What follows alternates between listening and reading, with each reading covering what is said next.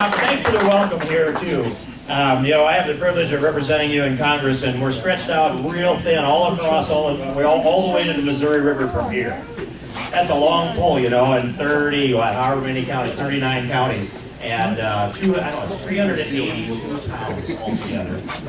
And every town I come to, they say, it's been too long since you've been here, and it's true. But also, I've been to every single town of these 382 towns. And every one of you have got something to be proud of, something unique about you. But we also have something in common. And that is, we recognize this, that we're rooted in this land. All new wealth comes from the land.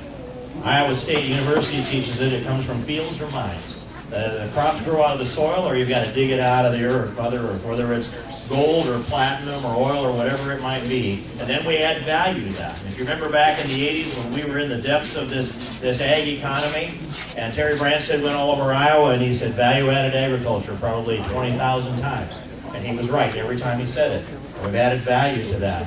And now today, from the time I was elected to Congress until about a year and a half ago, the last time I checked, we went from $60 billion was the value of all the ag land in Iowa. I mean, it's a guy like Mark Zuckerberg, if he'd had his money he has now then, he could have written a check and bought this all up if you'd have sold it to him, and you wouldn't have. And so today, though, we've made so much progress from $60 billion, all the value of our ag land, to over $267 billion, according to Iowa State University. That's a more than $200 billion net asset appreciation in the wealth that regenerates itself every year. Now, I say that because I want you to know that Ted Cruz understands this. He sees this. He is a numbers guy, and you're going to hear more about the numbers that he's worked with here.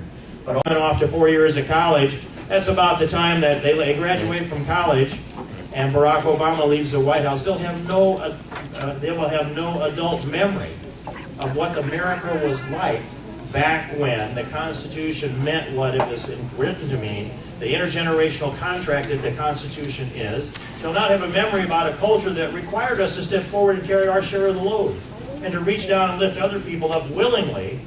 And they don't have this. He's created a dependency society, a dependency class, and he's pushed you into groups to pit us against each other. You need to be a member of a victims group in Barack Obama's society, and then you need to pit yourself against the other people that you consider to be the oppressors. He's divided America down the lines of race, ethnicity, sexual orientation, prosperity, you name it. He's divided us. We need to be united. And then we need to rebuild and we need to restore. And that needs to be going to our roots, going to our values, understanding what made America great, restoring, refurbishing the pillars of American exceptionalism. Restore the freedom of speech, the freedom of religion, the right to keep and bear arms, the freedom of assembly, the freedom of the press. All of those pieces, you can read right through the Bill of Rights, and they're all pillars of American exceptionalism. But I add to that this: free enterprise capitalism.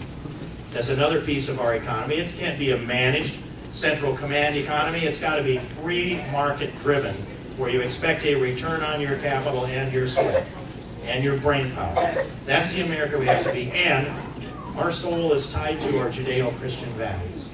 If we aren't a true and a faithful people, then this society breaks down like every other society has. But if we hold our values together, our faith, our family, our free enterprise,